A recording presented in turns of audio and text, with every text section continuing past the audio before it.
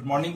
आज हम अपना एक नया टॉपिक लेकर के आए हैं और आज का जो टॉपिक है हमारा वो है ग्रुप 15 में अमोनिया। क्या है हमारा? अमोनिया, यानी अमोनिया नाइट्रोजन युक्त यौगिक हम पढ़ रहे हैं। और नाइट्रोजन युक्त यौगिक का पहला यौगिक हमारे पास है अमोनिया, जो बहुत इंपॉर्टेंट है हमारे पास, एग्जाम के दृष्टि से भी बहुत इंपॉर्टेंट है हमारे पास। और वैसे भी इंडस्ट्रियल यूज में भी अमोनिया बहुत इंपॉर्टेंट चीज होती है जिसका उत्पादन किया जाता है। देखिए बेटा, कल हमने नाइट्रोजन डाई नाइट्रोजन बनाई और डाई नाइट्रोजन बनाने की विधि हमने देखी।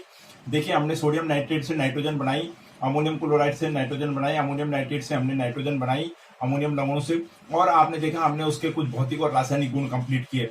आज हम जा रहे हैं नाइट्रोजन युक्त यौगिकों में पहला यौगिक जो हमारा है अमोनिया, कि अमोनिया को कैसे बनाया जाए। देखिए बेटा, नाइट्रोजन युक्त यौगिकों में जो सबसे महत्वपूर्ण यौगिक होता है वो होता है हमारे पास अमोनिया, जिसको हम NH3 लिखते हैं। क्या लिखते हैं? अमोनिया का फॉर्मूला क्या होता है हमारा? NH3 होता है।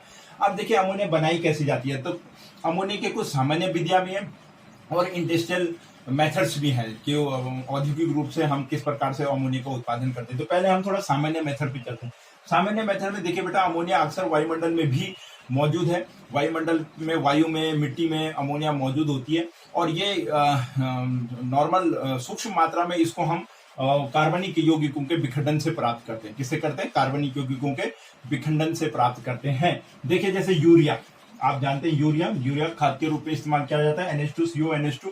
यूरिया से भी हम विघटित करके यूरिया को हम क्या बनाते हैं? अमोनिया बनाते हैं। जब यूरिया को हम पानी के साथ में अभिक्रिया करते हैं तो हमारा अमोनियम कार्बोनेट बनता है। क्या लवण बनता है? Ammonium carbonate. अमोनियम कार्बोनेट को जब हम हीट करते हैं, गर्म करते हैं बेटा, विघटित करना, तोड़ना, गर्म करते हैं, तो गर्म करके हमारा अमोनिया हमको प्राप्त होती है। क्या प्राप्त होती है? हमारी सामान्य मेथड है, सामान्य विधि, सूक्ष्म मात्रा में अमोनिया हमें अमोनियम कार्बोनेट को गर्म करके प्राप्त होती है। अमोनियम कार्बोनेट हमें कहां से प्राप्त होता है? यूरिया से। किससे होता है प्राप्त? यूरिया से। होता कुछ नहीं है, मैं कल आपको डाई नाइट्रोजन में भी समझा रहा था, जरा ध्यान रखिएगा। बहुत इंपॉर्टेंट ट्रिक होती है कि जब भी हम किसी लवण को गर्म करते हैं तो या तो कार्बन डाइऑक्साइड बाहर निकलेगी या पानी बाहर निकलेगा, और कहीं कहीं ऐसा भी होता है कि पानी और कार्बन डाइऑक्साइड दोनों बाहर निकलते हैं। तो किसी भी लवण को जब हम गर्म करते हैं तो सबसे पहले आप देखिए, हमें यह देखना होता है वहां हाइड्रोजन है तो इट मीन पानी निकलेगा, वहां कार्बन डाइऑक्साइड है यानी C है, कार्बन है तो इट मीन CO2 बाहर निकलेगा। आप देखिए दोनों में कार्बन भी है यहाँ पर, हाइड्रोजन भी है यहाँ पे, इट मीन पानी भी निकलेगा और CO2 भी निकलेगा। सबसे पहले आप उसको बाहर निकाल दीजिए। बैलेंस करते हुए देखिए क्या बचा, तो आप देखेंगे अमोनिया बचा। क्या बचा आपका? यहाँ पे अमोनिया आपका बच जाता है। क्लियर हो गया? तो देखिए बेटा, ये थी पहली विधि, हम उसके कार्बनिक यौगिकों के विखंडन से इसको प्राप्त करते हैं सूक्ष्म मात्रा में। दूसरा जो इंपॉर्टेंट मेथड है वो है हमारे पास प्रयोगशाला। हम देखिए लेबोरेटरी में किस प्रकार से प्रयोगशाला में अमोनिया का निर्माण करते हैं। तो प्रयोगशाला में अमोनिया अपने अमोनियम लवणों से प्राप्त की जाती है। किससे प्राप्त की जाती है? अमोनियम। सर्वप्रथम पहले अमोनिया को अमोनियम लवणों में बदला जाता है। अमोनिया अपने लवणों के रूप में पाई जाती है और अमोनियम लवणों से हम अमोनिया प्राप्त करते हैं। तो कैसे करते हैं प्रयोगशाला में? हम अमोनियम लवणों की अभिक्रिया या तो हम कैल्शियम हाइड्रोक्साइड से करा देते हैं या अमोनियम हाइड्रोक्साइड से कराते हैं। ठीक है ना? या तो कैल्शियम हाइड्रोक्साइड से उसकी अभिक्रिया करा देते हैं या कास्टिक सोडा से हम उसकी क्या करते हैं? अभिक्रिया कराते हैं। देखिए कैसे होती है। यह है हमारे पास अमोनियम क्लोराइड, अमोनियम लवण, क्योंकि इसमें अमोनिया है, अमोनियम लवण है। इसकी जब हम कैल्शियम हाइड्रोक्साइड से अभिक्रिया कराते हैं तो हमको अमोनिया प्राप्त होती है। प्रयोगशाला में हम क्या बनाते हैं? अमोनिया बनाते हैं। देखिए अमोनिया NH3 हमें प्राप्त होती है। पानी और कैल्शियम क्लोराइड क्या हो गया? हमारा बाहर हो गया। दूसरा मेथड है कि जब हम अमोनियम सल्फेट, ये भी अमोनियम लवण है, लवणों से, और उसकी अभिक्रिया हम कास्टिक सोडा यानी NaOH से कराते हैं तो हमको प्रयोगशाला में क्या प्राप्त होती है? अमोनिया प्राप्त होती है। पानी और अमोनियम सल्फेट क्या निकलता है? बाहर। यहां से अमोनियम से ये NaSO4 के साथ चले जाएगा, पानी H2O के रूप में बाहर निकला, जो बच गया वो क्या है? हमारी अमोनिया। तो ये है प्रयोगशाला में। प्रयोगशाला में हम कैसे प्राप्त करें अमोनिया को? अमोनिया के लवणों से प्राप्त कर रहे हैं, और अमोनिया के लवणों की अभिक्रिया जब हम बुझे हुए चूने के साथ में या कास्टिक सोडा के साथ में कराते हैं तो हमको अमोनिया प्राप्त होती है। यह है सामान्य विधि और प्रयोगशाला विधि अमोनिया बनाने की। ठीक है बेटा, अमोनिया का जो बहुत बड़े ब्रॉड मात्रा में जो आपका उत्पादन किया जाता है, जिसे हम औद्योगिक उत्पादन भी कहते हैं, कॉमर्शियल रूप में जो अमोनिया बनाई जाती है वो हैबर प्रोसेस से बनाई जाती है। किससे बनाई जाती है? हैबर प्रोसेस से। तो ये पहले आप इन दो विधियों को समझ लीजिए। अब हमारा जो नेक्स्ट पॉइंट है वो हमारा क्या है? Haber process. अब हम देखेंगे कि हम हैबर प्रोसेस से किस प्रकार से अमोनिया को प्राप्त करते हैं। यही हमारी बहुत इंपॉर्टेंट विधि भी है। देखिए बेटा, अमोनिया का जो औद्योगिक निर्माण हम करते हैं वो हैबर विधि से करते हैं। अमोनिया का जो इंडस्ट्रियल जो प्रोडक्शन होता है बेटा वो हैबर विधि है, और ये बहुत इंपॉर्टेंट विधि है। हर बार बोर्ड एग्जामिनेशन का क्वेश्चन है हमारा इसे अच्छे से समझने की कोशिश करिएगा। इसे आपको प्रिपेयर करना है हैबर मेथड। देखिए हैबर मेथड में होता क्या है, देखिए मैं जब आपको कैटेलिस्ट पढ़ा रहा था, उत्प्रेरक और उत्प्रेरक वर्धकों की हम बात कर रहे थे, उस समय मैंने आपके लिए एक रिएक्शन लिखी थी और उस समय मैंने आपको कहा था इस रिएक्शन को आप याद कर लीजिए, ये बहुत इंपॉर्टेंट रिएक्शन है। कल मैं डाइनाइट्रोजन में भी आपको बता रहा था कि किस प्रकार से डाइनाइट्रोजन में भी जो हम उसके रासायनिक गुण होते हैं उसमें हम इस रिएक्शन को लिखते हैं। एक बार फिर से हम उस रिएक्शन की ओर हैं। होता क्या है बेटा, हैबर प्रोसेस में N2 + 3H2 नाइट्रोजन और हाइड्रोजन को आयरन उत्प्रेरक पर की उपस्थिति, आयरन उत्प्रेरक क्या है हमारा, आयरन, मोलिब्डेनम है उसके साथ में, मोलिब्डेनम हमारा प्रोमोटर का काम करता है, उत्प्रेरक वर्धक का काम कर रहा है। मैंने कैटलिस्ट वाले लेसन में बहुत अच्छे से आपको बताया कैसे वर्धक का काम करता है। और 500 डिग्री टेम्परेचर यानी 700, कहीं पे 700 होगा लेकिन लेस देन 700 होगा, 500 से 700 यानी 700 से कम डिग्री ताप पर 200 एटमोस्फेरिक दाब, प्रेशर कितना होना चाहिए हमारे पास, 200 एटीएम होना चाहिए। कितना होना चाहिए, 200 एटीएम एटमोस्फेरिक प्रेशर पर अमोनिया का निर्माण होता है।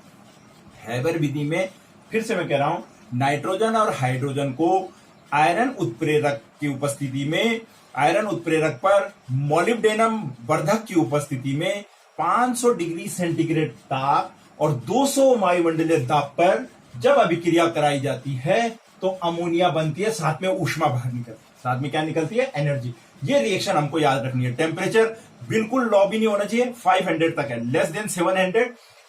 प्रेशर देखिए 200 एटीएम है, वायुमंडलीय दाब कितना है, 200 वायुमंडलीय दाब, 200 वायुमंडलीय दाब है और ऊष्मा बाहर निकलती। देखिए ऊष्मा प्लस हीट का मतलब क्या होता है बेटा, ये कैसी अभिक्रिया है, एक्सोथर्मिक अभिक्रिया है। कैसी अभिक्रिया है, एक्सोथर्मिक अभिक्रिया है। मोलिब्डेनम क्या काम करता है इसमें, ये उत्प्रेरक की क्रियाशीलता को बढ़ा देता है, वर्धक का काम करता है, प्रोमोटर का काम करता है आयरन पे। ये मैंने आपको समझा है कैसे करता है। ये एक ऊष्माक्षेपी अभिक्रिया, कैसी है, ऊष्माक्षेपी अभिक्रिया। अब देखिए ऊष्माक्षेपी अभिक्रिया की जब बात आई तो ये ऊष्माक्षेपी अभिक्रिया, तो अब हमको इसके अनुकूल कंडीशन देखनी पड़ेंगी कि कौन सी सुटेबल कंडीशंस हैं जिसमें हम औद्योगिक निर्माण में अधिक से अधिक अमोनिया को प्राप्त कर पाए। तो हम जाते कहां, कक्षा 11 में क्या था हमने पढ़ा हुआ, ला सातेलिया नियम। क्या पढ़ा था हमने, ली सातेलिया नियम, जिसे हम ली चैरेटर नियम भी कहते हैं। ली सातेलिया, ला सातेलिया लॉ पे हम गए थे। CHTLER है ये, TLIER, ली सातेलिया जिसे हम कहते हैं। ली सातेलिया नियम के अनुसार आपने देखा, हमने कक्षा 11 में ली सातेलिया नियम के अनुसार क्या पढ़ा था। ली सातेलिया ने कहा था कि यदि आप किसी ऐसी रासायनिक अभिक्रिया जो ऊष्मा छिपी हो, माना कोई अभिक्रिया ऐसी है ऊष्मा छिपी है, अगर उस ऊष्मा छिपी अभिक्रिया में हम ताप बढ़ा दें, क्या बढ़ा दें, ताप को बढ़ा दें, तो साम्य उस ओर विस्थापित होगा, साम्य उस ओर विस्थापित होगा जिधर ताप कम होगा, जिधर ताप क्या होगा, कम होगा। देखिए ला सातेलिया प्रिंसिपल मैं आपको 11 का रिमाइंड कर रहा हूं। उनने क्या कहा था, अगर आप टेम्परेचर इंक्रीज करते हैं, टेम्परेचर इंक्रीज करते हैं तो साम्य, ये देखियो ये इक्विलिब्रियम रिएक्शन है, उस ओर शिफ्ट हो जाएगा जिधर ताप कम होगा। अब देखिए इस रिएक्शन पे नजर मारिए कि ताप क्यों नहीं बढ़ाना चाहिए, इस रिएक्शन पे ताप क्यों नहीं बढ़ाना चाहिए। अभिक्रिया में देखिए इस राइट साइड में क्या निकल रही है, हीट निकल रही है, यानी पहले ही यहाँ पे क्या है, ऊष्मा उत्सर्जित हो रही है प्रोडक्ट बनने के साथ। अगर हम इसको और ज्यादा हीट देंगे तो क्या होगा, अमोनिया विघटित होने लगेगी, और क्योंकि ताप इधर ज्यादा है, इधर क्या है, कम है, इधर क्या है, कम, तो साम्य किधर विस्थापित हो जाएगा, बैक साइड में, साम्य किधर, विपरीत दिशा में, बैकवर्ड क्या हो जाएगा, शिफ्ट हो जाएगा। बैकवर्ड शिफ्ट का मतलब क्या है, विपरीत दिशा में साम्य का शिफ्ट होने का मतलब अमोनिया टूटने लग जाएगी। अमोनिया किसमें टूटने लग जाएगी, N2 और 3H2 में। बना क्या रहे थे आप, अमोनिया, और आपने टेम्परेचर बढ़ा दिया, टेम्परेचर बढ़ा दिया तो जो अमोनिया है उसका विखंडन हो जाएगा बजाय, और वही जो वापिस किसमें टूटने लगेगी, N2 और 3H2 में। बनाने जा रहे थे आप अमोनिया, और आप उल्टे ही जो अमोनिया से क्या बनाने लगे, N2 एंड 3H2। तो ताप बढ़ाने पर साम्य उस ओर विस्थापित होता है जिधर ताप कम हो। तो इधर तो ताप ऑलरेडी है, देखिए टेम्परेचर ऊष्मा निकल रही है, तो इसका मतलब साम्य किधर शिफ्ट हो जाएगा, पीछे की ओर। पीछे शिफ्ट होगा तो क्या बनना शुरू हो जाएगा आपका, N2 and 3H2। Point is clear. इसलिए इस अभिक्रिया में टेम्परेचर नहीं बढ़ाते हैं, एक सीमित टेम्परेचर रखा जाता है। वो टेम्परेचर है आपका 700 डिग्री सेंटीग्रेड से कम, यानी लगभग 500 डिग्री के आसपास। Point is clear. तो अनुकूल परिस्थिति क्या है, हमें टेम्परेचर बढ़ाना नहीं है, हमें टेम्परेचर घटाना है, पहली कंडीशन। दूसरा देखिए बेटा प्रेशर, प्रेशर में क्या कहता है ली सातेलिया लॉ प्रिंसिपल क्या कहता है, ला सातेलिया का सिद्धांत क्या कहता है, यदि हम किसी रासायनिक अभिक्रिया में दाब बढ़ाते हैं तो साम्य उस ओर शिफ्ट होता है जिधर मोलों की संख्या कम होती है। वेरी सिंपल, दो नियम है, बहुत अच्छे से समझिए आप। दाब बढ़ाने पर रासायनिक अभिक्रिया का साम्य उस ओर शिफ्ट हो जाएगा, यानी रासायनिक अभिक्रिया उस ओर शिफ्ट हो जाएगी जिधर मोलों की संख्या कम हो। अब देखिए आप इस अभिक्रिया पे आए, मोल कहां है? यहां पे कितने हैं? नाइट्रोजन के 1 मोल, हाइड्रोजन के 3 मोल, टोटल कितने हैं बेटा इस साइड में? 4 मोल। कितने मोल है? 4 मोल। और अमोनिया कितनी मोल प्राप्त हो रही है आपको? 2 ही मोल प्राप्त हो रही है। 4 मोल ले रहे हैं आप N2 और 3H2, और अमोनिया बन रही है आपकी 2 मोल। तो प्रेशर क्या कह रहा है? प्रेशर उधर शिफ्ट होगा, प्रेशर बढ़ाने पर साम्य उस दिशा में शिफ्ट होगा जहां पर मोलों की संख्या क्या हो? कम हो। तो मोलों की संख्या इस अभिक्रिया में आपको कहां कम दिख रही है? प्रोडक्ट की साइड, अग्र दिशा में, दाईं ओर साम्य कहां शिफ्ट होगा? तो जैसे हम दाब बढ़ाएंगे साम्य दाईं ओर शिफ्ट। दाईं ओर शिफ्ट का मतलब क्या है कि N2 और 3H2 से अधिक मात्रा में क्या बनने लग जाएगी? हमारी अमोनिया बनने लग जाएगी। क्या बनने लग जाएगी? अमोनिया। इसका मतलब इस रासायनिक अभिक्रिया में, अमोनिया निर्माण की इस विधि में दाब बहुत जरूरी है। दाब क्या है? तो अनुकूल परिस्थिति में हमको क्या मिला? इसका मतलब हमें प्रेशर क्या है? बढ़ाना है, और टेम्परेचर हमको घटाना है। ध्यान रखिए बेटा, बहुत इंपॉर्टेंट पॉइंट है ये दो जो मैं आपको समझाने की कोशिश कर रहा हूं। क्वेश्चन पूछा जाता है कि हैबर विधि से अमोनिया का निर्माण कैसे करते हैं, और साथ ही साथ उसकी अनुकूल परिस्थितियां बताइए। तो मैंने अनुकूल परिस्थिति का एक्सप्लेनेशन आपको करा दिया लासातिल्य प्रिंसिपल के अकॉर्डिंग। लासातिल्य कहता है ताप बढ़ाने पर साम्य उस ओर विस्थापित होगा जहां टेम्परेचर कम हो। तो ताप बढ़ाने पे देखिए इधर तो पहले ही टेम्परेचर है, तो साम्य किधर हो जाएगा? उल्टा शिफ्ट हो जाएगा। इसका मतलब हम इस अभिक्रिया में टेम्परेचर नहीं बढ़ाएंगे। दाब बढ़ाने पर साम्य उस ओर विस्थापित होता है जहां पर मोलों की संख्या कम हो। तो मोल किधर कम है? NH3 तो 2 ही मोल मिल रही है, और लेफ्ट साइड में आपने N2 और 3H2 के कितने मोल लिए? 4 मोल। कितने लिए? तो इसका मतलब दाब बढ़ाएंगे तो साम्य कहां जाएगा? प्रोडक्ट की ओर। यानी दाब बढ़ाने पे हमको क्या अधिक मिलेगा? प्रोडक्ट अधिक मिलेगा, यानी हमें क्या ज्यादा मिलेगा? अमोनिया ज्यादा मिलेगी। तो इसलिए इस अभिक्रिया में आप देख रहे हैं टेम्परेचर कितना है? 200, सॉरी दाब कितना है? प्रेशर 200 वायुमंडलीय दाब, एटमॉस्फेरिक प्रेशर। ये तो था एक्सप्लेनेशन ऑफ दिस रिएक्शन कि क्यों हम इस अभिक्रिया में आयरन इस्तेमाल करते हैं, क्यों मोलिब्डेनम इस्तेमाल करते हैं, क्यों ताप कम रखते हैं, क्यों दाब। ये थी अमोनिया की अनुकूल परिस्थितियां। अब आते हैं बेटा कि अमोनिया निर्माण हम कैसे करेंगे, कैसे हम बढ़ाते हैं। तो ये एक डायग्राम मैंने आपके लिए यहाँ पे अमोनिया का बना रखा है।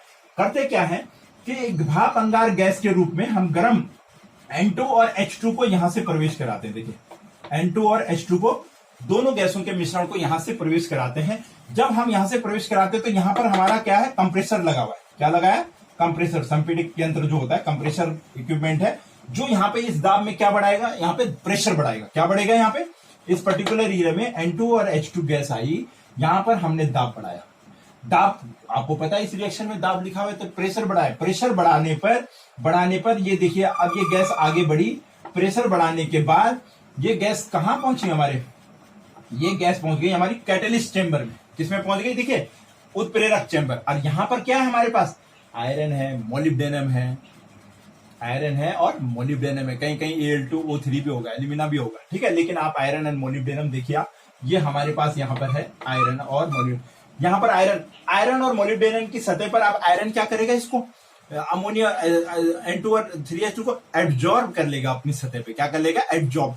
हमने एब्जॉर्प्शन में देखा था ना प्रोसेस कैसे होती है कैटलिस्ट की। एब्जॉर्ब करेगा। यहां पर N2 और H2 आयरन की सतह पर मिल करके अमोनिया का निर्माण कर लेंगे। क्या कर लेंगे? अमोनिया का निर्माण कर, मोलिब्डेनम उसकी क्रिया को बढ़ाएगा। अब देखिए उसके बाद ये गैस आगे जाएगी और इसको यहां पर देखिए, ये रिफाइनरी इक्विपमेंट है, यहाँ पर रिफाइनरी कॉलम है। रिफाइनरी कॉलम यानी बैंड दिखाई दे रहा है आपको। इसका मतलब यहाँ पे हमें गर्म अमोनिया को ठंडा करना है। यहाँ पे 500 डिग्री सेंटीग्रेड टेम्परेचर है ही उसके पास, तो गर्म को ठंडा करने के लिए इसको इस तरीके से, ये जो कॉलम्स बने होते हैं, ये सब इसमें ये मुड़े हुए पाइप्स के अकॉर्डिंग इसमें क्या होता है, इसको ज्यादा समय मिलता है और यहाँ पर ये क्या होती है? ठंडी होती है। तो यहाँ से ये अमोनिया आएगी रिफाइनरिंग कॉलम में। रिफाइनरी कॉलम में इस अमोनिया को रिफाइन कर लिया जाएगा और देखिए यहाँ नीचे चैम्बर में हमको क्या मिल जाएगी? Liquid ammonia. कौन सी अमोनिया? लिक्विड। प्रेशर बढ़ गया तो लिक्विड में कन्वर्ट हो गई। लिक्विड अमोनिया हमको प्राप्त हो जाता है। और देखिए कोई भी रासायनिक अभिक्रिया हो बेटा, उसमें जितना प्रोडक्ट आपने लिया है, कोई जरूरी नहीं है कि कंप्लीट प्रोडक्ट का इस्तेमाल हो जाए, 100% प्रोडक्ट से 100% उत्पाद बन जाए। कुछ मात्रा में N2 और H2 गैसें शेष बच जाती हैं, कंप्लीटली अमोनिया में कन्वर्ट नहीं हो पाती। तो जो N2 और H2 बच जाती है उसको देखिए आप रेगुलेटरी पंप फिर से कहां भेज दिया जाता है, वापिस चैम्बर में। जो गैसें अमोनिया में कन्वर्ट नहीं हो पाई, जो H2 और N2 अमोनिया में कन्वर्ट नहीं हो पाई, उसको रेगुलेटरी जो पंप है हमारा, इस पंप के द्वारा वापिस परिसंचरी तंत्र पंप जिसे हम कहते हैं, इसके द्वारा फिर से वापिस इसको अभिक्रिया के लिए वापिस कैटलिस्ट चैम्बर यानी कंप्रेसर में भेज दिया जाता है। फिर से जो बची हुई N2 होती है और H2 होती है वो किस में कन्वर्ट हो जाती है, लिक्विड अमोनिया में। तो ये है बेटा अमोनिया की हैबर विधि। आपके पास डायग्राम से याद आती है, वेरी सिंपल है। कंप्रेसर है, कैटलिस्ट चैम्बर है, रिफाइनरी की कॉलम है, और ये आपका परिसेंचुरी पंप होता है हमारा, ठीक है, रिसर्कुलेट पंप जिसे हम कहते हैं। और इस रिसर्कुलेट पंप के द्वारा बची हुई नाइट्रोजन और हाइड्रोजन को हम यहां ले लेते हैं। इस प्रकार से हम औद्योगिक निर्माण करते हैं हैबर के द्वारा। सारा का सारा डिपेंड करता है बेटा इस रिएक्शन पे, किस प्रकार से हम अमोनिया को प्राप्त कर रहे हैं। आपको इस चीज का जरूर ध्यान रखना है कि ये ऊष्मा छिपी अभिक्रिया, एक्सोथर्मिक लासातेली नियम के अनुसार इसमें प्रेशर बढ़ाया जाएगा, टेम्परेचर कम रखा जाएगा। बहुत इंपॉर्टेंट टॉपिक है आपका, ढंग से इसको देखिए, ढंग से इसे रीड करें। गुण पढ़ेंगे अमोनिया के। देखिए हमने अमोनिया बना लिया, अब देखते हैं आगे क्या होता है, अमोनिया के भौतिक और रासायनिक गुण क्या होते हैं। देखिए मैं भौतिक गुण थोड़ा नटशेल में आपको समझाता हूँ। अमोनिया एक रंगहीन गैस है, कलरलेस गैस होती है, लेकिन तीक्ष्ण गंध वाली गैस होती है। इसकी जो स्मेल होती है, जो ऑर्डर होती है, बहुत तीक्ष्ण होती है, और अक्सर अमोनिया को सूंघने पे आंखों से आंसू आ जाते हैं। ये इसकी क्वालिटी होती है, अक्सर आपने देखा होगा, अमोनिया से आप परिचित हैं। खैर देखिए, तो ये तीक्ष्ण गंध वाली गैस होती है और इससे सूंघने पे आंसू आ जाते हैं, ठीक है बेटा। दूसरा, ये जलने में सहायक नहीं होती है, और न स्वयं जलती है और न जलाने में क्या होती है, सहायक होती है। और एक और इंपॉर्टेंट पॉइंट है भौतिक गुण में अमोनिया का, कि ये पानी में घुलनशील है। अत्यधिक मात्रा में कोई गैस अगर घुलती है पानी में तो वो अमोनिया है, पानी में घुलनशील गैस है अमोनिया, ठीक है बेटा। तो इस प्रकार से इसके भौतिक गुण है। अब आते हैं बेटा इसके सिंपली भौतिक गुण है, 293 पॉइंट समथिंग केल्विन इसका बॉइलिंग पॉइंट भी होता है। और देखिए बेटा अब आते हैं हम रासायनिक गुण पे। देखिए रासायनिक गुण में क्या होता है कि किस प्रकार से अमोनिया अन्य धातुओं के साथ अभिक्रिया करती है, अन्य यौगिकों के साथ में अभिक्रिया करती है, धातु हो या कोई भी हो अधातु हो, किस प्रकार से उनसे अभिक्रिया करती है। कुछ इंपॉर्टेंट एक आध रिएक्शन हम इसमें देखेंगे हैबर प्रोसेस के बाद। ये थोड़ा सा एक छोटा सा इंपॉर्टेंट हिस्सा होता है आपका। देखिए अमोनिया क्या करती है, अमोनिया जब पानी में इसको घोला जाता है तो पानी में रिएक्शन करके क्या बनाती है, NH4OH बनाती है, अमोनियम हाइड्रोक्साइड बना देती है। क्या बना लेती है, अमोनियम हाइड्रोक्साइड। और अमोनियम हाइड्रोक्साइड इसका लवण है, ठीक है। अमोनियम हाइड्रोक्साइड के रूप में ये अमोनियम हाइड्रोक्साइड में कन्वर्ट हो जाती है। ये बेस है एक, आप सभी जानते हैं, ये किस रूप में, OH आयन के रूप में इस प्रकार से इक्विलिब्रियम फॉर्म में रहता है। अगर इसको जल में हम बोल दें तो ये क्या बना लेता है, NH4 धनायन, अमोनियम आयन, और OH ऋण आयन बना लेता है।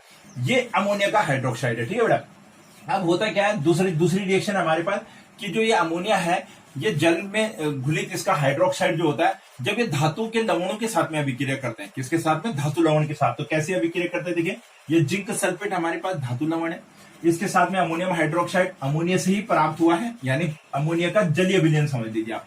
अमोनिया का विलयन यानी जलीय विलयन के रूप में, एक्वा सॉल्यूशन के रूप में जब हम उसको जिंक सल्फेट यानी किसी धातु विलयन से अभिक्रिया कराते हैं तो देखिए जिंक हाइड्रोक्साइड बनता है और उसको व्हाइट पीपीटी प्राप्त होता है, और अमोनियम सल्फेट बाहर निकलता है। क्या निकलता है, हाइड्रोक्साइड बना लेता है। क्या बनाता है उसका, और उसका व्हाइट पीपीटी प्रेसिपिटेशन हो जाता है। देखिए इसी तरह से हमारे पास FeCl3 है, आयरन क्लोराइड है हमारे पास। तो आप देखिए इसमें NH4OH जब अभिक्रिया करता है, Fe2O3.XH2O आयरन का ऑक्साइड बनता है, हाइड्रेटेड ऑक्साइड, और ये ब्राउन पीपीटी के साथ में प्रेजेंट होता है यहाँ पर, और NH4Cl लवण के रूप में क्या होती है, बाहर निकलती है। तो ये धातुओं के लवण विलयनों से भी अमोनिया, जलीय अमोनिया क्या करती है, अभिक्रिया करती है। इसके अतिरिक्त बेटा एक और इंपॉर्टेंट रिएक्शन है, थोड़ा इसको ध्यान देंगे हम। ये धातु आयनों की पहचान के लिए या कॉम्प्लेक्स कंपाउंडों की पहचान के लिए भी अमोनिया का प्रयोग किया जाता है। देखिए धातु आयन जैसे कॉपर आयन है, अगर हम कॉपर आयन की अभिक्रिया करा लें अमोनिया से तो ये टेट्राएमीन कॉपर आयन बना लेता है, ठीक है ना। और इसका कलर कैसा होता है, CuNH3 का होल 4 2 धनायन, और इसका होता है डीप ब्लू कलर। किस कलर की होती है ये, पीपीटी किस प्रकार का आता है, इसका कलर डीप होता है। ये पहचान के लिए कि अगर आपके पास कॉपर आयन की पहचान करनी है और आपने उसमें थोड़ा अमोनिया डाल दी तो वो उसका कॉम्प्लेक्स बनाएगा और उसका कलर क्या आएगा, डीप ब्लू आएगा। ठीक इसी प्रकार से सिल्वर क्लोराइड का है, सिल्वर क्लोराइड व्हाइट पीपीटी में होता है। जब सिल्वर की क्लोरीन से अभिक्रिया होती है, कुछ अभिक्रिया होती है, व्हाइट पीपीटी होता है।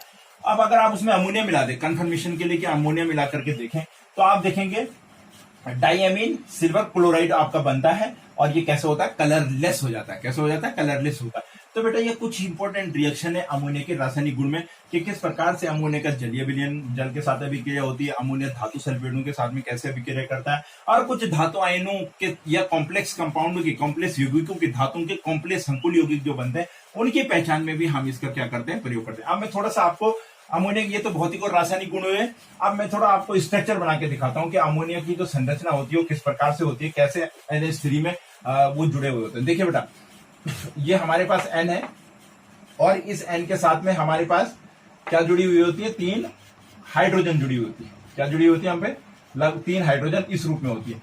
अब देखिए अगर मैं इसका स्ट्रक्चर बनाऊंगा तो ये लोन पेयर ऑफ इलेक्ट्रॉन होता है, इस पे यहां हाइड्रोजन होती है, यहां हाइड्रोजन होती है, यहां हाइड्रोजन होती है जुड़ी हुई। और जो ये कोण होता है बेटा अमोनिया का, यानी अगर मैं इसको यूं करके इसके ऑर्बिटल दिखाऊं, पी ऑर्बिटल, ये 3 पी ऑर्बिटल किस लिए होते हैं, इसके अभिक्रिया करते हैं। पी ऑर्बिटल क्या करते हैं, इसके तीनों के तीनों पी ऑर्बिटल अमोनिया क्या करते हैं, अभिक्रिया करते हैं। और इनसे क्या जुड़ी होती है, देखिए हाइड्रोजन गैस, इनसे क्या जुड़ी है यहाँ पे, हाइड्रोजन, इनसे क्या जुड़ी है यहाँ पे, देखिए 3 हाइड्रोजन। ठीक है, इस प्रकार से इसका स्ट्रक्चर बनता है बेटा।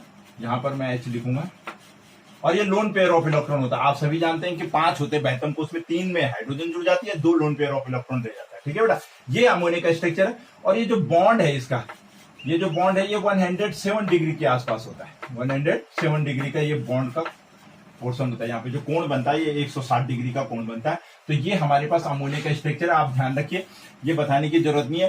3 जो होते हैं पी कक्षक, आपस में ये हाइड्रोजन उससे जुड़ता है और एक लोन पेयर ऑफ इलेक्ट्रॉन उसमें पाया जाता है। 5 में से 3 जुड़ के 2 पाए गए। ये हमारा 160 डिग्री का इसका क्या बनता है, अमोनिया का कोण बनता है। ये था हमारे पास अमोनिया का स्ट्रक्चर। तो देखिए बेटा, इस प्रकार से हमने नाइट्रोजन के यौगिक में इंपोर्टेंट यौगिक हमने पढ़ लिया है अमोनिया। मैंने आपको उसको प्रयोगशाला विधि बताई, सामान्य विधि बताई, और हैबर मेथड जो बहुत इंपॉर्टेंट मेथड है वो हमने एक्सप्लेन किया। उसके भौतिक गुण, उसके रासायनिक गुण और ये संरचना अमोनिया की। आप समझिए, ये संरचना है अमोनिया की। इस प्रकार से H इससे जुड़े हुए होते हैं और 3 हाइड्रोजन लोन पेयर इलेक्ट्रॉन के साथ इसमें जुड़े। अब नेक्स्ट जो हमारा टॉपिक है बेटा, वो हम पढ़ेंगे नाइट्रिक अम्ल, जो ओस्टवाल्ड मेथड है, बहुत इंपॉर्टेंट है। अगला टॉपिक हमारा नाइट्रिक अम्ल। अब हमारे पास जो हमारा नेक्स्ट इंपॉर्टेंट टॉपिक है वो है HNO3 नाइट्रिक अम्ल। क्या है, नाइट्रिक अम्ल किस तरीके से बनता है। देखिए, अमोनिया की यौगिक पढ़ रहे हैं, हमने अमोनिया बना ली। अब दूसरा क्या है हमारे पास, नाइट्रिक अम्ल। क्या है, दोनों बहुत इंपॉर्टेंट है, बोर्ड परीक्षा में पूछे जाते हैं।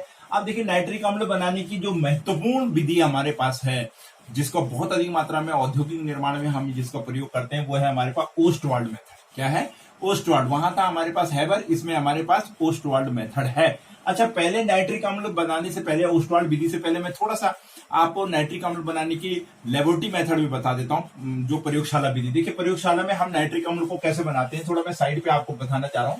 ज्यादा इंपॉर्टेंट हमारा ये होता क्या है, प्रयोगशाला में हम potassium nitrate KNO3 plus H2SO4 की जब अभिक्रिया कराते हैं तो हमारा बनता है HNO3। क्या बनता है हमारा, HNO3 प्लस KHSO4 हमारा बाहर निकल जाता है। पोटेशियम हाइड्रोजन सल्फेट हमारा बाहर निकल। पहली मेथड थे। होता क्या है इसमें कि पोटेशियम नाइट्रेट और सोडियम नाइट्रेट, पोटेशियम नाइट्रेट और सोडियम नाइट्रेट की अभिक्रिया जब हम H2SO4 से कराते हैं तो HNO3 बनता है और सल्फेट बाहर निकलता है, पोटेशियम हाइड्रोजन सल्फेट बाहर। दूसरी अभिक्रिया है, देखिए हमारे पास पोटेशियम और सोडियम नाइट्रेट से हम प्रयोगशाला में क्या बनाते हैं, HNO3 बनाते हैं। सेम रिएक्शन है H2SO4 और आप देखें यहाँ पे हमारा HNO3 बन रहा है। ये लेबोरेटरी मेथड में आपको अलग से बता रहा हूँ। ओस्टवाल्ड हमारा दूसरा टॉपिक बोर्ड का बहुत इंपॉर्टेंट टॉपिक है। NaHSO4 सोडियम हाइड्रोजन सल्फेट हमारे यहाँ पे बन रहा है। ये 2 विधि है हमारे पास किसमें बना है। अच्छा बेटा, पोटेशियम नाइट्रेट को साल्ट पीटर भी कहते हैं, ध्यान रखिएगा, बहुत इंपॉर्टेंट है, अक्सर 1 नंबर में कहीं पे आ जाता है। पोटेशियम नाइट्रेट को हम साल्ट पीटर कहते हैं और सोडियम नाइट्रेट को हम चिली साल्ट पीटर कहते हैं। क्या कहते हैं, saltpetre and Chile saltpetre. ठीक है सर, तो आप ध्यान रखिएगा, एक को हम कहते हैं साल्ट पीटर, मैं हिंदी में ही आपके लिए लिख रहा हूं क्योंकि अक्सर पूछा जाता है पीटर, और एक को कहते हैं हम चिली, कुछ नहीं है, दूसरे का नाम है Chile saltpetre. Chile saltpetre, ये चिली सॉल्ट पीटर है, ये सॉल्ट पीटर है। ये है हमारी लेबोरेटरी मेथड। लेबोरेटरी में हम किस प्रकार से प्रयोगशाला में हम किसको बनाते हैं, नाइट्रेट को बनाते हैं, ये आप ध्यान रखिएगा, नाइट्रिक अम्ल को बनाते हैं सोडियम पोटेशियम नाइट्रेट और सोडियम नाइट्रेट से। अब आते हैं बेटा हम ओस्टवाल्ड मेथड पे। ये क्लियर हो गया, ये आप नोट कर लीजिएगा, कहीं कंफ्यूजन क्रिएट ना करें। ये हमारी लेबोरेटरी मेथड है, आप इसे नोट कर लीजिए।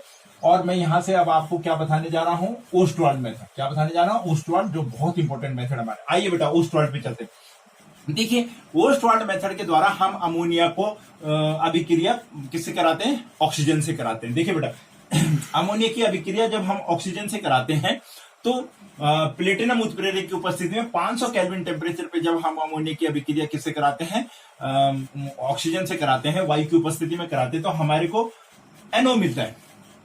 क्या मिलता है, एनओ मिलता है हमारे को। नाइट्रिक ऑक्साइड हमको यहाँ पे प्राप्त होता है, nitric oxide plus 6H2O NO मिलता है, यानी नाइट्रोजन का एक ऑक्साइड है एनओ, ये हमको प्राप्त होता है। देखिए और ये अमोनिया किस उपस्थिति में, वायु की उपस्थिति में, और 10:1 के रेशियो में हम क्या करते हैं, इसका उपयोग करते हैं। 10 रेशियो और 1 रेशियो के रूप में हम इसकी अभिक्रिया कराते हैं प्लेटिनम उत्प्रेरक की उपस्थिति में। ध्यान रखिए पहली रिएक्शन बहुत इंपॉर्टेंट है, फर्स्ट स्टेप 500 केल्विन टेम्परेचर पे। जब हम 500 केल्विन टेम्परेचर पर हमको जब एनओ प्राप्त होती है तो इस एनओ का ऑक्सीडेशन होता है दूसरे स्टेप में। अभी मैं आपको डायग्राम से समझाऊंगा। दूसरे स्टेप में एनओ का ऑक्सीडेशन होता है, रिवर्सिबल अभिक्रिया होती है, क्विक हमको यहां से NO2 निकालनी पड़ती है। यहां पे NO2 में ऑक्सीडाइज हो जाती है और यही ऑक्सीडाइज नाइट्रोजन डाइऑक्साइड का नाइट्रोजन डाइऑक्साइड जो हमारे पर यहां पर है, इसका हम यहाँ पानी के साथ में ऊपर से पानी की बौछार से अभिक्रिया कराते हैं और HNO3 प्राप्त कर लेते हैं तीसरे स्टेप में। ठीक है बेटा, ये तो 3 स्टेप है, आपको ध्यान रखनी 1, 2 एंड 3। पहले स्टेप में हम अमोनिया वायु के मिश्रण को प्लेटिनम उत्प्रेरक की उपस्थिति में गर्म करते हैं तो हमें NO प्राप्त होती है। दूसरे स्टेप में NO का क्या होता है, ऑक्सीडेशन चेंबर में ऑक्सीडेशन होता है NO2 में, और तीसरे स्टेप में NO2 पानी के साथ अभिक्रिया करके HNO3 बनाती है। तो सिंपल 3 रिएक्शन है, अभी आपको क्लियर हो गया। अब आते हैं डायग्राम पे। होता क्या है कि ये एक डायग्राम है जिसमें हम अमोनिया और एयर का 10:1 के रेशियो में लेते हैं, अमोनिया और वायु को मिक्सचर को। इसको हम यहां से प्रवेश कराते हैं किसमें, कैटेलिस्ट चेंबर। ये कौन सा चेंबर है हमारा, कैटेलिस्ट। ये प्लेटिनम की जाली बनी हुई है, पीटी गेज। उत्प्रेरक क्या है, प्लेटिनम। तो ये प्लेटिनम चेंबर में प्रवेश कराते हैं। आप सभी जानते हो उत्प्रेरक पे क्या होगा, ये एडजॉर्ब हो जाएंगे। क्या करेगा, उत्प्रेरक इनको अपनी सतह पे एडजॉर्ब करेगा और अमोनिया और इसकी मिक्सचर से, वायु के मिक्सचर से हमें NO प्राप्त हो जाएगा। क्या प्राप्त होगा यहाँ पे, NO। प्लेटिनम के सतह पर अभिक्रिया होगी और हमको अमोनिया और वायु की मिश्रण से NO प्राप्त हो जाएगा। क्या प्राप्त हो जाएगा, NO। ये NO यहाँ पर इसको हम कूल कर लेते हैं, कूलिंग वेसल से आगे जाएगी, कूलिंग वेसल से, कूलिंग वेसल्स में इसको ठंडा किया जाता है और इसके बाद ये प्रवेश करते कहां, ऑक्सीडेशन चेंबर में। यहाँ पर उपस्थित ऑक्सीजन, यहाँ पर ऑक्सीडेशन चेंबर है, तो यहाँ पर ऑक्सीजन के साथ में ये NO अभिक्रिया करके किसमें बदल जाती है, ऑक्सीडाइज हो जाती है NO2 में। बहुत इंपॉर्टेंट है ये वाला, बस इतना ही स्टेप आपको ध्यान रखना है। ये रिएक्शन जो मैंने ऊपर लिखी है ये बाहर अंदर भी है कि यहाँ पे ऑक्सीडेशन होता है किसमें, ऑक्सीडेशन चेंबर में। NO किसमें कन्वर्ट होगी, NO2। हमको क्या चाहिए, NO2 चाहिए, इसलिए NO2 में कन्वर्ट हो गई और ये NO2 यहां से जाएगी। ये हमारा एब्जॉर्प्शन टावर है, अवशोषक स्तंभ। इसमें क्वार्ट्ज वगैरह भरी होती है, सिलिका क्वार्ट्ज। तो यहाँ पर ये एब्जॉर्प्शन टावर है, एब्जॉर्ब होगा, यहाँ पे एब्जॉर्ब होगा, एडजॉर्ब नहीं होगा, एब्जॉर्ब। अवशोषण होगा, अधिशोषण नहीं होगा, अधिशोषण नहीं होगा, अवशोषण होगा। यहाँ पे NO आती है, यहाँ पे एब्जॉर्प्शन टावर है, क्वार्ट्ज भरी हुई होती है। क्या करते हैं हम, जब यहाँ पे जो NO आती है उस NO के ऊपर, NO2 सॉरी, यहाँ पे जो NO2 आती है उस NO2 के ऊपर हम वाटर डालते हैं, पानी की बौछार फुहार के रूप में। देखिए पानी ड्रॉप किया जा रहा है और जैसे ये पानी के साथ में अभिक्रिया करती है डाइल्यूट HNO3 बन जाता है हमारे क्या होता है, हमें नाइट्रिकम जो वेस्ट गैस होती है उसको यहां से बाहर निकाल जाता है, जो बच जाता है, बाकी बच जाता है, पूरा का पूरा NO2 अगर कंप्लीट ना हो तो बाहर निकाल लिया जाता है। लेकिन यहाँ पर पानी के साथ में ये NO2 अभिक्रिया करके HNO3 बना लेती है। ये है हमारे पास तीसरी step, NO2 plus H2O 2NH HNO3 plus NO। फिर से हमको NO मिल गई। देखिए इसी NO का प्रयोग हम फिर से यहां कर सकते हैं ऑक्सीडेशन चेंबर में भेज करके। वेरी सिंपल रिएक्शन है ये, हमारे पास ओस्टवाल्ड प्रोसेस है। यहाँ पे जो नाइट्रिक अम्ल होता है हमारा डाइल्यूट होता है, इट मीन इसमें पानी की मात्रा, क्योंकि ऊपर से पानी मिलाया गया है तो इसमें पानी लगभग यहाँ पर हमारे पास 68% के आसपास नाइट्रिक अम्ल प्राप्त होता है। एक बार फिर से मैं डायग्रामेटिकली जा रहा हूँ। ये ओस्टवाल्ड मेथड है, प्लेटिनम जाली पे अमोनिया और वायु के मिश्रण को हम प्रोवाइड करते हैं, एब्जॉर्ब होगी। यहाँ पर अमोनिया और फॉर्मेशन करेंगे किसका, NO का। NO कूलिंग वेसल्स में जाएगी, ठंडी होगी, ऑक्सीडेशन चेंबर में NO का ऑक्सीडेशन हो जाएगा NO2 में। NO2 से गैस आगे जाएगी, एब्जॉर्प्शन टावर में जाएगी, यहाँ पर इस पे पानी की बौछार मारी जाएगी, जिसके साथ में NO2 अभिक्रिया करके HNO3 में कन्वर्ट हो जाएगी। डाइल्यूट होता है क्योंकि इसमें पानी होता है, लगभग 68% आपको यहाँ पे क्या प्राप्त होती है, HNO3। ये 3 स्टेप की इसकी रिएक्शन है, सिंपल रिएक्शन है। प्लेटिनम उत्प्रेरक, वहां पर हमारे पास क्या था, हैबर में आयरन उत्प्रेरक की उपस्थिति में था, 500 से 700 केल्विन टेम्परेचर पे था, ठीक है। अमोनिया बन रही है, यहाँ पे नाइट्रिक एसिड बन रहा है हमारा, किसका, ओस्टवाल्ड मेथड के द्वारा। ये लगभग 68% होती है, कितनी होती है, 68% होती है हमारे पास नाइट्रिक। अब होता क्या बेटा, अगर माना आपको इसको और अधिक मात्रा में आपको HNO3 चाहिए, इससे पानी निकालना है, तो इसमें आप H2SO4 डाल दो। H2SO4 हमारा सबसे बड़ी चीज होती है जो निर्जलीकारक का काम करता है, पानी हटाने का काम करता है। क्या, H2SO4 सबसे अच्छा निर्जलीकारक है, डिहाइड्रेशन का काम करता है। इसमें अगर हम H2SO4 मिला दें तो H2SO4 मिलाने पर जो HNO3 हमको प्राप्त होती है बेटा, वो लगभग 98% होती है। और इस वाली 98% HNO3 को फ्यूमिंग HNO3 कहते हैं। क्या कहते हैं, धूम्र के रूप में धूम्र बनती है। अक्सर आपने देखा होगा आपकी प्रयोगशाला में भी कंसंट्रेटेड नाइट्रिक एसिड जो होगा, जिसमें 98% नाइट्रिक अम्ल होगा, उससे एक गैस निकलती है, भूरे रंग की गैस। क्या निकलती है, भूरे रंग की गैस। तो ये उसको धूम्र कहते हैं। क्या कहते हैं, फ्यूम कहते हैं, फ्यूम। और ये जो एसिड है फ्यूमिक एसिड कहलाता है। क्या कहलाता है, ये फ्यूमिक एसिड, जिसमें 98% फ्यूमिक एसिड है हमारे। फ्यूमिक एसिड होता है, HNO3 98% होती है। इसमें अगर हम H2SO4 मिला देंगे तो पानी को और एब्जॉर्ब कर लेगा, और जो ज्यादा से ज्यादा मात्रा में जो बचेगा, क्या बचेगा, इसमें HNO3 बचेगा। इसको फ्यूम, अब फ्यूम किसकी होती है, एक क्वेश्चन यहाँ पर यह भी आता है कि जो HNO3 में भूरी गैस निकलती है वो किसकी होती है बेटा, वो NO2 होती है। वापिस जो गैस निकल रही होती है वो किसकी निकल रही होती है, इसी NO2। यही NO2 फ्यूम बनाती है। यही NO2 क्या बनाती है, फ्यूम बनाती है। किसमें, HNO3 में। जो 98% HNO3 है आपका, प्योर HNO3 है, उसमें फ्यूम जो होती है वो किसकी होती है, फिर से NO2 की होती है। ये 2-3 इंपॉर्टेंट चीजें थी, यहाँ पे आप ध्यान रखिएगा। अगर हमने नाइट्रिक एसिड को सुधर्म नाइट्रिक एसिड किसे कहते हैं, जिसमें फ्यूम निकलती है, धूम वाला नाइट्रिक एसिड, फ्यूमिक नाइट्रिक एसिड कौन सा होता है, हमें जो नाइट्रिक एसिड ओस्टवाल्ड से मिला वो 68%। अगर हम उसमें H2SO4 मिलाते हैं, जो अच्छा निर्जलीकारक का काम करता है और पानी एब्जॉर्ब कर लेगा, तो बचेगा क्या, वहां नाइट्रिक अम्ल, वो 98% शुद्ध होता है, और उससे फ्यूम निकलती है NO2, तो उसको हम फ्यूमिक नाइट्रिक एसिड कहते हैं। क्या कहते हैं, ये था बेटा हमारे पास नाइट्रिक एसिड ओस्टवाल्ड मेथड। बहुत इंपॉर्टेंट टॉपिक्स है, पढ़िए, अच्छे से लर्न करिए। इससे रिलेटेड कोई चीज आपकी समझ में नहीं आती है तो जरूर बताइए, कमेंट्स बॉक्स में जा करके जरूर लिखिएगा, जिससे मैं आपकी प्रॉब्लम को सॉल्व कर पाऊं। Thank you.